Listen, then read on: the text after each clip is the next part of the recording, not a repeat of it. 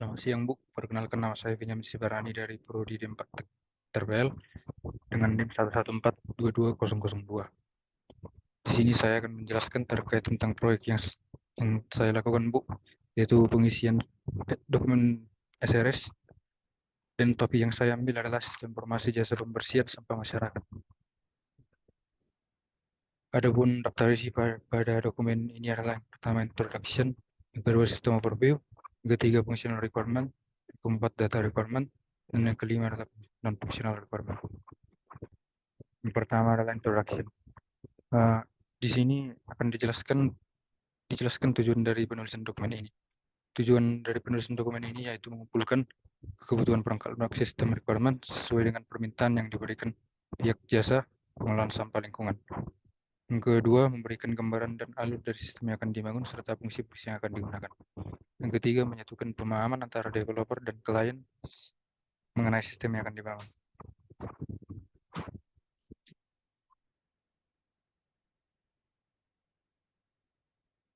Kemudian adalah sistem overview. Pada bab ini akan dijelaskan mengenai deskripsi sistem yang sedang berjalan saat ini atau current system, dan sistem yang akan dicapai dari hasil pengembangan atau target sistem. Bagian-bagian yang akan dijelaskan mencakup lingkup sistem yang ada sekarang dan yang akan dibangun. Proses bisnis, prosedur dari setiap proses bisnis yang digambarkan dalam bentuk BPMN, dan waktu layanan dari tiap prosedur. Jadi yang pertama adalah current system overview atau sistem yang berjalan saat ini. Yang pertama-tama itu jasa pembersihan sampah lingkungan masyarakat, yaitu adalah layanan yang menyediakan pengumpulan, transportasi, dan pengolahan sampah dari rumah tangga atau lingkungan masyarakat. Layanan ini bertujuan untuk menjaga kebersihan dan kesehatan lingkungan dengan cara mengelola sampah secara aman, serta meminimalkan dampak negatifnya terhadap lingkungan dan kesehatan manusia. Jasa ini meliputi berbagai jenis layanan seperti pengumpulan sampah rumah tangga, pengangkutan sampah ke tempat pembuangan air, dan pengelolaannya sampai ke pembuangan air. Sistem yang sedang berjalan saat ini yaitu berupa sistem yang masih sangat manual. Penduduk menempatkan tempat sampah di depan rumah mereka yang akan diangkut oleh truk pengangkut sampah. Truk pengangkut sampah akan datang secara rutin sesuai dengan jadwal pembersihan yang telah ditentukan oleh pihak jasa. Setelah sampah diambil, truk pengangkut sampah akan membawakannya ke tempat pembuangan air. Pihak jasa akan melakukan penagihan secara manual ke rumah-rumah penduduk untuk pembayaran jasa pembersihan yang telah dilakukan. Informasi mengenai jadwal pembersihan biasanya diberikan melalui brosur atau pengumuman yang dipasang di tempat umum yang di lingkungan tersebut. Jadi penyebaran informasi tentang jasa yang telah dilakukan masih sangat kurang, sehingga banyak warga yang tidak mengetahui kepastian tentang layanan yang akan dilakukan oleh jasa pembersihan sampah itu. Selain itu, untuk datang secara langsung ke rumah warga, pihak jasa akan kesulitan dikarenakan belum tentu warga berada di tempat tinggal atau lingkungannya masing-masing, sehingga pihak jasa akan kesulitan untuk menagih bayaran jasa. Maka dari itu, aplikasi sistem informasi jasa pembersihan sampah lingkungan dibangun. Jadi berikut adalah gambaran dari current system yang saya ceritakan tadi menggunakan BPMN. Di sini terdapat bagian penagih jasa, dan di sini juga terdapat bagian warga dan bagian pengangkut sampah serta pusat informasi. Jadi ini masih dilakukan dengan cara yang sangat manual. Dan juga di sini terdapat bisnis proses untuk meminta tagihan atau pembayaran yang masih dilakukan secara manual. Dapat kita sendiri, yaitu pihak penagih mendatangi rumah warga secara langsung dan meminta tagihan.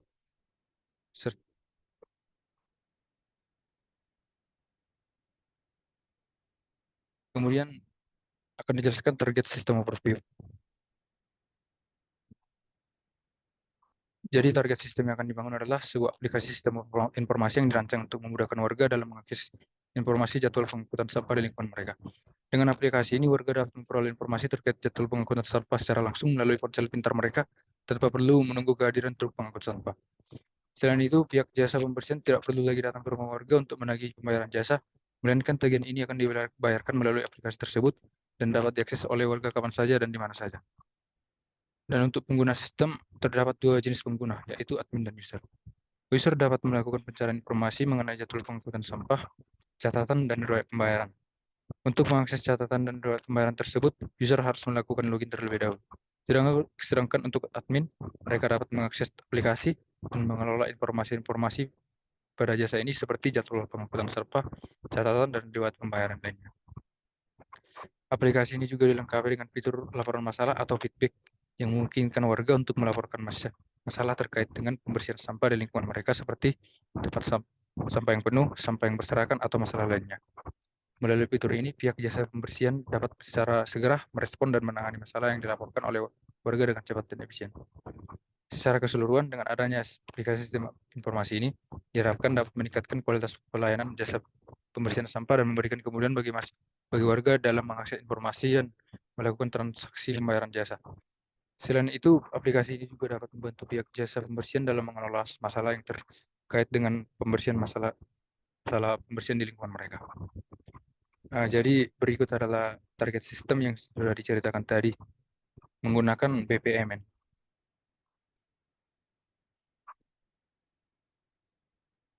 Jadi semua pihak akan menggunakan aplikasi untuk menjalankan sistem ini.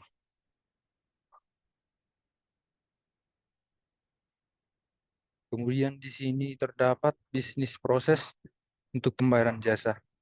Eh, ini dilakukan menggunakan aplikasi dan bisnis proses untuk feedback dan bisnis proses untuk yang lainnya juga dilakukan menggunakan aplikasi. Kemudian pada bab selanjutnya adalah functional requirement. Functional requirement adalah kebutuhan yang terkait dengan fungsi atau proses yang harus dapat dilakukan oleh pengguna. Bab ini akan menjelaskan gambaran sistem melalui beberapa diagram. Ya, yang pertama yaitu software features. Bagian ini akan dipaparkan gambaran sistem melalui beberapa diagram fungsional, yaitu use case diagram.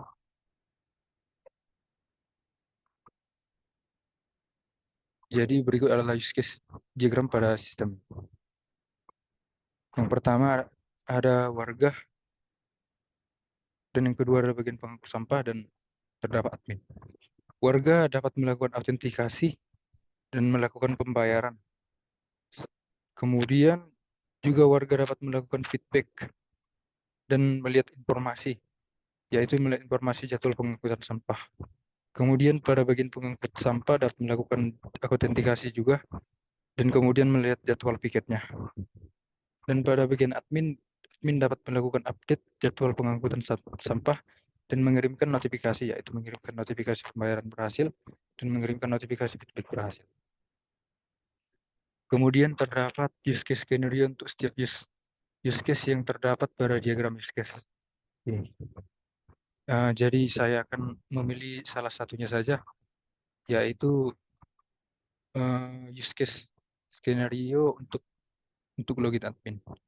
Jadi use case ini menjelaskan bagaimana admin melakukan login ke aplikasi sistem informasi jasa pembersihan sampah di lingkungan masyarakat. Primary actor di sini adalah admin. Admin preconditionnya adalah admin memasuk aplikasi, dan post conditionnya adalah admin dapat masuk ke dalam admin pada aplikasi. Kemudian basic flow eventnya. Yang pertama adalah admin memasuk aplikasi. Kemudian sistem menampilkan halaman pilihan login untuk user dan admin dan registrasi. Yang ketiga, admin memilih login sebagai admin. Kemudian sistem menampilkan halaman login untuk admin dan admin memasukkan username dan password. Dan kemudian sistem memeriksa valid atau tidaknya data masukan dengan memeriksa ke database. Adapun alternatif flow event yaitu ketika admin memasukkan password yang salah atau username yang salah. Jadi sistem akan menampilkan kesalahan bahwa username atau password salah. Kemudian admin akan memasukkan ulang username dan password dengan benar, dan kemudian sistem akan mengecek data masukan apakah sesuai dengan database.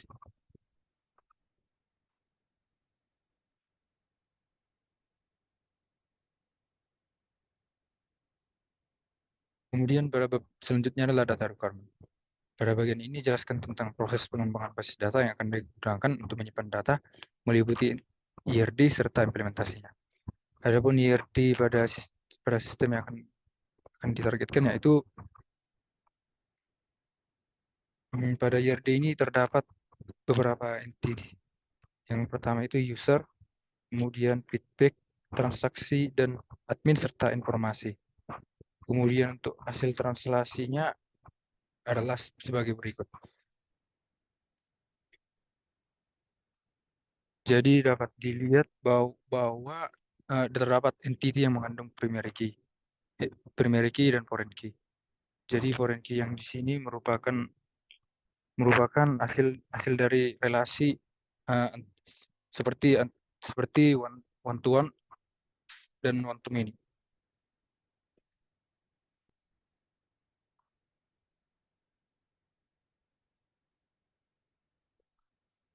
Dan juga tiap tiap entitas mempunyai atribut tipe data serta karakternya masing-masing. Seperti pada bagian admin, atribut pada admin yaitu ID admin, password admin, username admin, dan nomor HP admin serta alamat admin. Dan juga terdapat tipe data masing-masing dari atribut admin tersebut. Kemudian untuk bab selanjutnya adalah non-functional requirement. Ringkasan kebutuhan non-functional requirement dari sistem informasi jasa pembersihan sampah lingkungan masyarakat dapat dilihat pada tabel berikut. Yang pertama adalah availability. Ya requirement-nya adalah sistem harus tersedia dan dapat diakses oleh pengguna kapan saja diperlukan. Kemudian reliability, sistem harus mampu beroperasi selama minimal 99% waktu dalam 1 bulan dengan downtime maksimal 1 jam dalam sebulan. Kemudian ergonomi, sistem harus memiliki mekanisme untuk menghindari kesalahan pengguna dan berikan panduan untuk mengatasi kesalahan jika terjadi. Kemudian portability, sistem harus dapat berjalan pada semua sistem operasi. Kemudian memori, sistem harus mampu mengoptimalkan penggunaan memori untuk menghindari terjadinya kegagalan sistem atau kehilangan data. Kemudian response time, sistem harus memberikan respon dalam waktu kurang dari 2 detik setelah permintaan pengguna dikirim. Kemudian terdapat safety, sistem harus memastikan keselamatan pengguna dalam penggunaannya, termasuk dalam hal menghindari risiko kecelakaan atau cedera fisik pada pengguna. Kemudian security, sistem harus memiliki mekanisme autentikasi yang aman untuk memastikan bahwa hanya pengguna yang sah yang dapat mengakses sistem.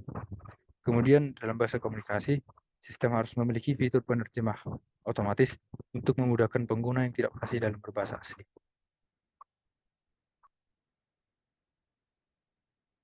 Jadi sekianlah Bu hasil dari penjelasan saya mengenai proyek saya dalam pengisian dokumen SRS ini Bu.